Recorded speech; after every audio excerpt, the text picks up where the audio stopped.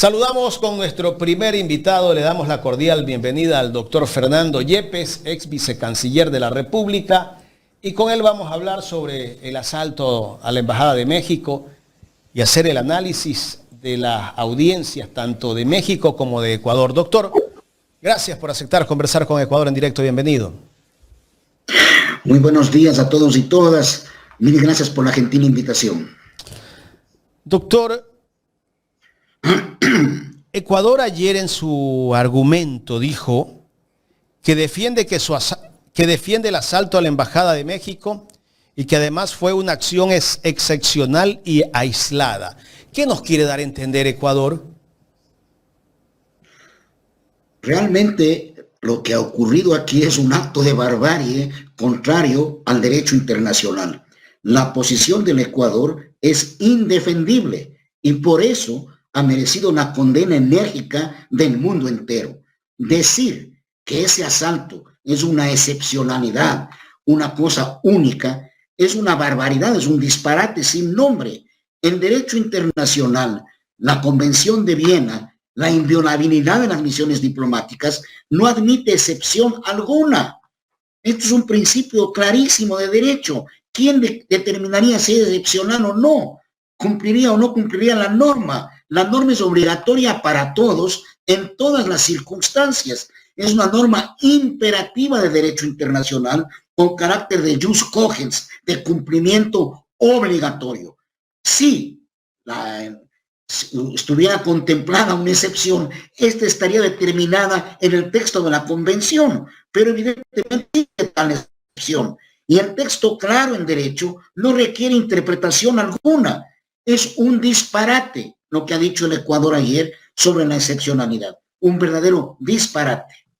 Además siguen sosteniendo que en la Embajada de México estaba un delincuente, un criminal, y también por ahí creo que le van diciendo un narcotraficante. Que yo sepa, Jorge Glass no ha sido acusado de criminal ni de narcotraficante. Y también lo ha dicho el presidente de la República. Todo eso es realmente fuera de lugar. Deliberadamente se intenta mezclar las convenciones, la de asilo con la de Viena, y realmente el tema es muy claro. México concedió soberanamente el asilo a Jorge Glass y lo concedió en estricta aplicación de los artículos 4, 9 y 12 de la Convención de Caracas de 1954. Y era obligación del Ecuador, de acuerdo con esa convención, otorgar el salvoconducto. En lugar de ello, lo que ha habido es un asalto a la embajada y un secuestro a una persona que goza de asilo político. Algo sin nombre, algo que ha sido, pues, por las propias cortes ecuatorianas reconocida como una detención ilegal y arbitraria. Es decir, aquí realmente se manipulan los conceptos con este encuadre mediático tan perverso de los 7 años que elude la verdad para posicionar como verdades absolutas falsedades, mentiras y engañar a la sociedad, mantener desinformada a la sociedad. Fuera del Ecuador, la situación es clarísima. No hay, pues, duda alguna de que el Ecuador ha violado el derecho internacional. ¿Por qué contrademanda a Ecuador? ¿En qué le beneficia esa contrademanda? Le beneficiará en el ámbito interno, porque aquí hay una orquesta de pseudo periodistas, de analistas que dicen que estamos defendiendo la dignidad. Pero el hecho cierto es que la contrademanda del Ecuador es un despropósito absoluto. Hoy mismo hay publicado en Europa, en el que destruyen totalmente los argumentos que presenta el Ecuador en esa contrademanda. Es una verdadera, califican como una lectura equivocada de las convenciones y una suerte de burla del derecho, de burla en la comunidad internacional. La Corte Internacional de Justicia es un organismo serio, no es a lo que están acostumbrados aquí, a acusar y decir que es suficiente, a que repitan en las redes sociales cualquier cosa y se da por verdad absoluta, como sentencia inapelable. Acá es totalmente diferente, es un verdadero despropósito en la contrademanda del Ecuador. Y lo que estamos viviendo es un papelón tras otro papelón. No nos olvidemos lo que decían aquí los analistas, luego de los analistas, periodistas, quiero decir, ¿no? Periodistas, ambos, entre comillas, sobre el resultado de la reunión en la OEA, que fue un empate, que salimos muy bien, cuando nos condenaron enérgicamente los 29 países asistentes. Creen que la resolución, porque cita las normas del derecho obligatorias para todos, está recogiendo la posición del Ecuador. Es decir, hay una falta de seriedad en el análisis, una falta de coherencia, de conciencia de lo que significa el manejo de las relaciones internacionales y falta de conciencia de la barbarie que ha cometido el Ecuador. Doctor, ¿qué debería hacer Ecuador en este momento para tratar de resarcir todo lo que ha ocurrido? Bueno, es difícil, el tema ya está pues en la Corte Internacional de Justicia. Lo más conveniente sería pues un acercamiento con México, reconocer pues la barbaridad que se ha cometido, esta violación tan terrible de las normas del derecho y de las normas de la convivencia civilizada entre naciones, y evidentemente que la situación regrese al estado anterior al asalto a la embajada. Y eso implica el reconocimiento de la condición de asilo de Jorge Glass y la concesión del salvoconducto. Sabemos que aquí no hay voluntad para ello, se miente, se maquillan las cosas y pues no hay ninguna disposición de tener un diálogo serio. No nos olvidemos que el presidente Noboa, pues, en un acto que fue calificado como frívolo con el presidente López Obrador, dijo que esto se puede arreglar con un ceviche o unos tacos. Es decir, pues no en la más mínima conciencia, sentido de lo que ha ocurrido. Con ese tipo de aproximaciones, pues será muy difícil superar el asunto. Ahora, el gobierno ecuatoriano dice que los policías actuaron de esa manera cuando golpearon, empujaron al jefe de la Embajada de México en Quito, porque los recibieron también de una mala manera. O sea, entras, asaltas una casa o una vivienda o un país y todavía quiere que te reciban, ¿qué? Pues, con champán. Todo esto es parte del encuadre mediático, de la mentira que se forja alrededor de estas acciones, ¿no? No nos olvidemos que 2 abogados llegaron a presentar en la Fiscalía una denuncia contra el encargado de negocios de México, quien fue agredido, pues, como resultado del asalto en la embajada y de la violación de la normativa internacional. Es decir, aquí no hay sentido de las proporciones, no hay conciencia de lo que ha ocurrido y menos aún hay seriedad para enfrentar en la política internacional del Ecuador y superar algo tan grave como lo que estamos viviendo. El tema de las Naciones Unidas no es la falta de pago, como alguien precisó ayer. El Ecuador está suspendido de la votación en Naciones Unidas por falta de pago, pero es la suspensión del derecho a voto.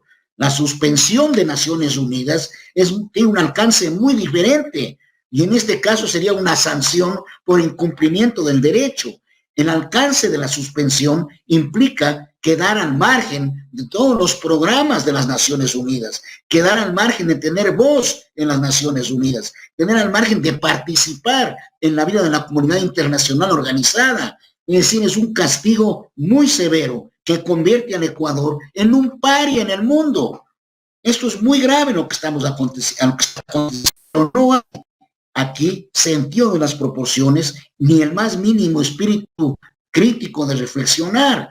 Si analizamos con un poquito de objetividad lo dicho ayer con los abogados del Ecuador, realmente pues es para reírse, ¿no? Es increíble esto de la excepcionalidad, el supuesto que venían los aviones, todo eso es totalmente fuera de lugar, una suposición que venían los aviones a transportar a la embajadora, que ya había sido declarada persona no grata antes del asalto a la embajada.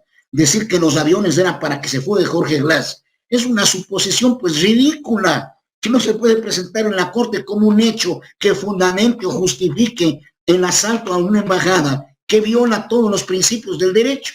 Es decir, todo lo que se ha armado es pues al apuro, los abogados contratados pues están ganando su dinero, ¿no? Y dirán lo que sea.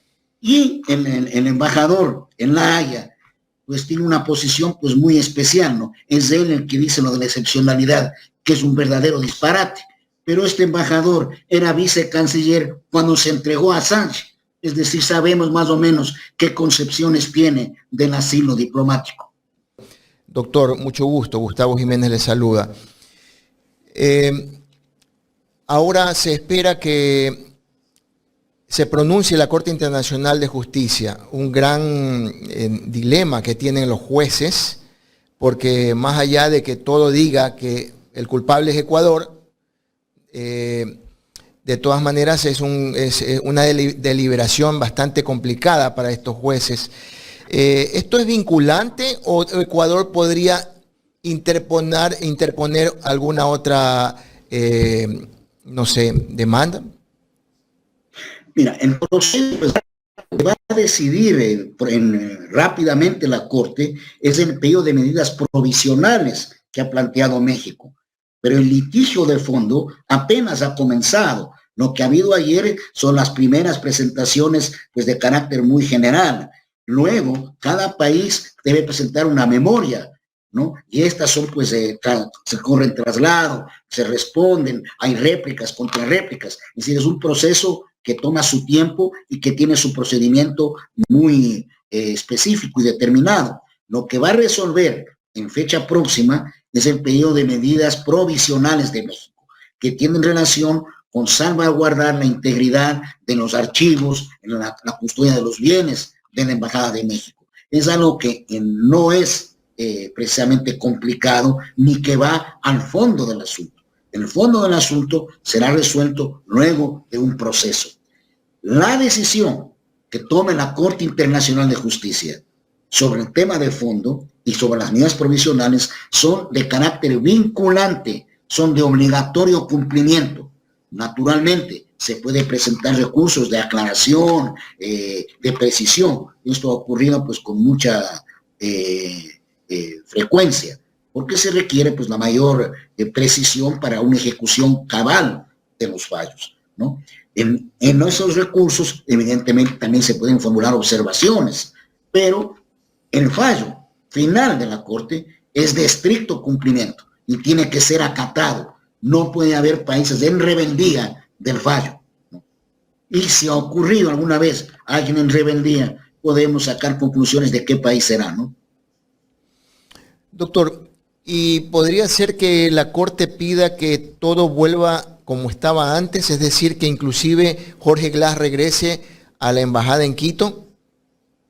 Yo creo que dentro de las reparaciones que México presentará dentro del proceso, debe estar sin duda el tema que regrese la situación al estado anterior y el reconocimiento al asilo concedido a Jorge Glass y el otorgamiento del salvoconducto. Hay que tomar en consideración que México no ha concedido el asilo de la noche a la mañana. México ha concedido el asilo luego de estudiar detenidamente toda la documentación que presentó el Ecuador oportunamente. El Ecuador ha entregado a México la información de los procesos y México ha estudiado los procesos y ha encontrado que hay lugar al asilo, que hay persecución, que requiere ser protegido el ex vicepresidente Glass, y por eso concede el asilo. Si a ello sumamos las irregularidades en el proceso, que aquí pues se minimizan o se tapan, como el hecho de las condenas por influjo psíquico, el condenado por la fuerza de las circunstancias, el hecho cierto que las pruebas en el caso de Odebrecht fueron anuladas en el Brasil y que han transcurrido casi 8 meses desde que la Cancillería notificó a la Fiscalía en el pedido de los tribunales brasileños para que se anulen esas pruebas que fueron las que supuestamente sustentaron el caso contra Jorge Glass, y nada de eso ha ocurrido. Eso es analizado por México. A eso se debe sumar la situación pues terrible del sistema carcelario en el Ecuador. Hace 1 año y pico murieron 500 personas y no hay responsables de ello. La sociedad está adormecida. Hoy no hay alimentación para los presos, para las personas privadas de libertad. en un hecho pues ignominioso, violatorio de todos los derechos humanos. Sin embargo, acá no hay reacción, no se hizo el trámite con el proveedor oportunamente, no hay comida. Eso no puede ser. Todo eso afuera, en cualquier país serio, es impresentable, impresentable. Y no es solo México quien ha tomado ha juzgado así para conceder asilo. Bélgica, un país muy serio en el que yo fui embajador 6 años, se ha pronunciado por conceder pues el refugio al presidente Correa. Y la Argentina, donde yo fui embajador 2 años, pues concedió el asilo a María Los Ángeles Duarte. Son países serios, con cancillerías estructuradas, con comités interinstitucionales que analizan a fondo los casos antes de conceder o no el asilo. Acá no es a la viveza criolla, no es que un periodista, pseudo periodista, condena a alguien y con eso estamos hechos. No, allá se estudian las cosas y se procede en consecuencia. Ecuador ha puesto un mal ejemplo en la América y quizás para el mundo, ¿no? Al asaltar una embajada. Esto puede traer graves consecuencias por malas interpretaciones en otros países también. Entonces, lo que delibere la Corte Internacional de Justicia es importante hoy en día. Pero los abogados que defienden a este proceso, a Ecuador específicamente, han dicho 2 temas importantes. El uno, que esta denuncia de México es innecesaria y no se justifica porque ellos han ofrecido garantías por voluntad propia, dice, ¿no? Tanto a México como a la Corte. Y también, Sean Murphy, que es otro abogado que defiende, dice que México no ha hecho los más mínimos esfuerzos para negociar un acuerdo para resolver la disputa entre ellos. O sea, el humillado tiene que humillarse. Por eso decía yo, todos los argumentos presentados son pues absolutamente falaces, son pues no tienen asidero jurídico alguno, ni lógica jurídica, ni lógica con los hechos, con la realidad de las relaciones internacionales. Están rotas las relaciones diplomáticas entre México y el Ecuador como consecuencia del asalto a la embajada, de un asalto sin nombre, sin precedentes, y del secuestro de una persona que gozaba de asilo político, concedido legalmente de acuerdo con la Convención de Caracas por México. Si no es el Ecuador el juez y parte, ese es el espíritu de la convención, ese es el avance de la Convención de Caracas, luego del caso de Aya de la Torre, luego de las convenciones de La Habana y de Montevideo. Es decir, hay una evolución del derecho internacional que el Ecuador desconoce. Y cuando el presidente Noboa dice que esto se puede arreglar entre tacos y ceviches, pues realmente pues minimiza lo que ha acontecido. No hay seriedad en esas posiciones. Y México es un país serio que ha sido ofendido por su hermano que es el Ecuador. México y el Ecuador históricamente tenemos relaciones profundas y tenemos adicionalmente una comunidad de intereses de todo orden. Pero de todo eso se ha hecho tabla rasa por una agenda de odio, de política interna de este tamaño, donde no hay la más mínima visión de lo que es el Ecuador, de lo que es su inserción internacional, ni conciencia del daño inmenso que se ha hecho al prestigio del Ecuador, a la dignidad del país, a su presencia en el mundo. El Ecuador ha tenido históricamente un compromiso con el asilo, con el refugio, con las instituciones de derechos humanos, pero desde el gobierno de Moreno, con Moreno, Lazo y Noboa, se ha hecho tabla rasa de años de historia, de dignidad y prestigio en la política internacional. Doctor, ¿qué hubiese pasado si Ecuador tuviera frontera con México? ¿Estuviéramos en guerra? No, es un tema extremo lo de una confrontación bélica, pero evidentemente las sensibilidades con un país vecino son mayores, porque si con México hay una comunidad de intereses profunda, imagínate la profundidad de esos intereses siendo vecinos, tema migratorio, comercial, político, intercambio de armas, todo hace pues muy compleja la situación, pero no hay un análisis en lo más mínimamente objetivo sobre lo que ocurrió. ¿Quién pierde en todo esto que está pasando con México? ¿Quién pierde más? ¿Ecuador o México? No, el único que ha perdido directamente es el Ecuador. El Ecuador es hoy un país que ha violado el derecho internacional, que ha sido condenado por el mundo entero. Yo le digo en términos comerciales.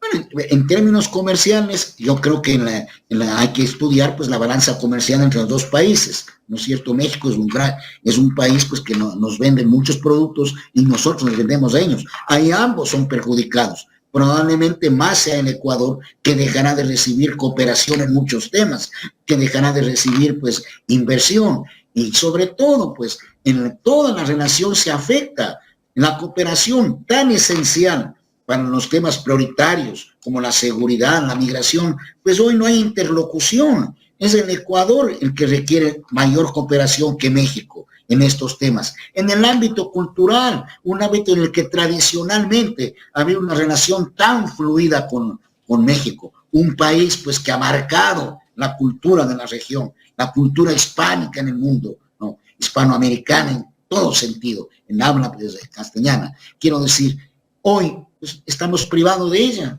¿no? Claro, es terrible lo que está viviendo el país, el pueblo, porque el gobierno sigue con su tosudez, ¿no? Sigue con su ego muy elevado, el presidente de la República. Yo creo que desde mi punto de vista, lo mínimo que debe hacer es pedir disculpas al presidente y llegar a buscar conversaciones con el gobierno, no llamándolo a decirle, lo voy a invitar a un taco y un ceviche para solucionar este problema. Piensa que es un problema del edificio donde él vive. No sabe que es un problema del país.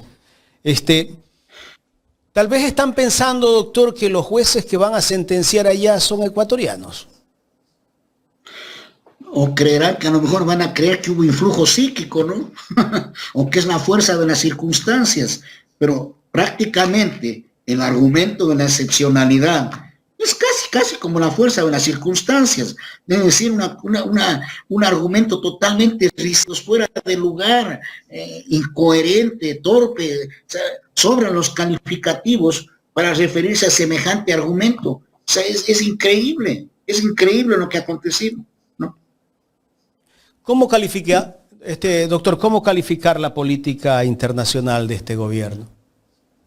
Yo creo que es una política internacional tremendamente errática, llena de chambonadas en su ejecución, y en lo esencial mantiene un alineamiento irreflexivo, servil, con los intereses de los Estados Unidos. Esto arrancó con el presidente Moreno, se profundizó jurídicamente con Lasso y hoy se está ejecutando con el presidente Noboa. Con un manejo totalmente improvisado de la política internacional, ajeno a los principios de nuestra Constitución, ajeno a los principios de nuestra tradición jurídica y ajeno a los intereses del Ecuador. ¿Usted ha escuchado alguna vez al presidente Noboa hablar de integración regional? ¿Ha escuchado al presidente Noboa referirse a las causas del sur? No, el Ecuador ni siquiera asiste a las reuniones de los no alineados, no asiste a ninguna reunión con los países con los cuales tenemos intereses profundos. El Ecuador es un país del sur global. El Ecuador no es colonia de nadie, ni patio trasero de nadie. El Ecuador tiene que tener una política exterior, como la ha tenido usualmente, pues de soberanía y dignidad, y especialmente en los años del presidente Correa, soberanía, dignidad y de gran iniciativa, de defensa de intereses, de posicionamiento de ideas acordes con el interés nacional, el interés regional y el posicionamiento de la región en el mundo. Todo eso hoy se ha perdido. ¿Cómo es posible que el Ecuador no condene el genocidio en Gaza? ¿Cómo es posible que el Ecuador, respecto del ataque a la embajada de Irán en Siria, sí, no toca el fondo, un acto terrorista de agresión internacional, sino que se refiere a que fue atacada una misión diplomática? Y 48 horas después, en nuestro territorio, asaltamos una embajada. Es decir, ¿qué coherencia tenemos? Es decir, todo es una suerte de chambonada tras chambonada, de incoherencia tras incoherencia. Y el gran perjudicado, el único perjudicado es el Ecuador, su prestigio y su dignidad internacional. Se predica la justicia, pero no se la practica. Doctor, finalmente de mi parte, ¿qué lectura darle a la reforma de reducción de la edad para ser embajador en el caso de lo que se está discutiendo en este momento?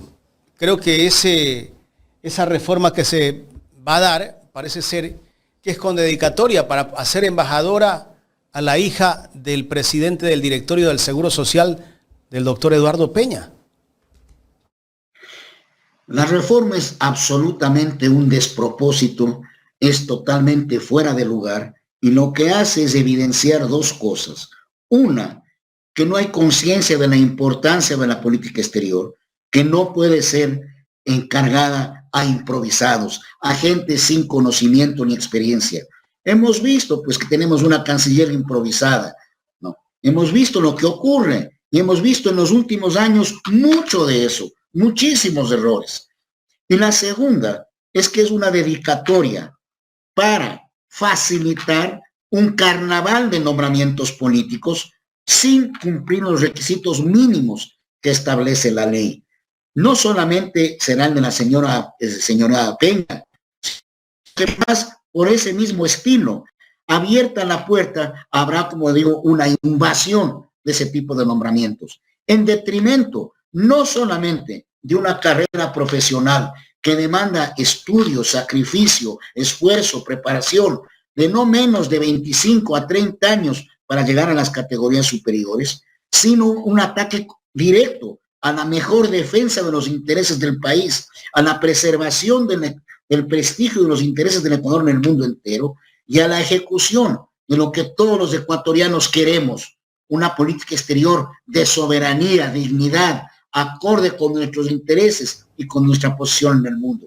Esta reforma es además la ratificación de que se concibe esto como una hacienda privada, como una cosa particular. Aquí yo hago lo que quiero. Y eso no es así. No hay una visión de Estado, no hay conciencia de lo que es administrar un país, y menos aún conciencia de lo que es la política internacional y su ejecución diplomática. Doctor, quiero agradecerle por su tiempo para conversar con Ecuador en Directo en esta mañana. Mil gracias por la gentil invitación, siempre a su disposición. Gracias al doctor Fernando Yepes, ex vicecanciller de la República, conversando con los especialistas de Ecuador en Directo en esta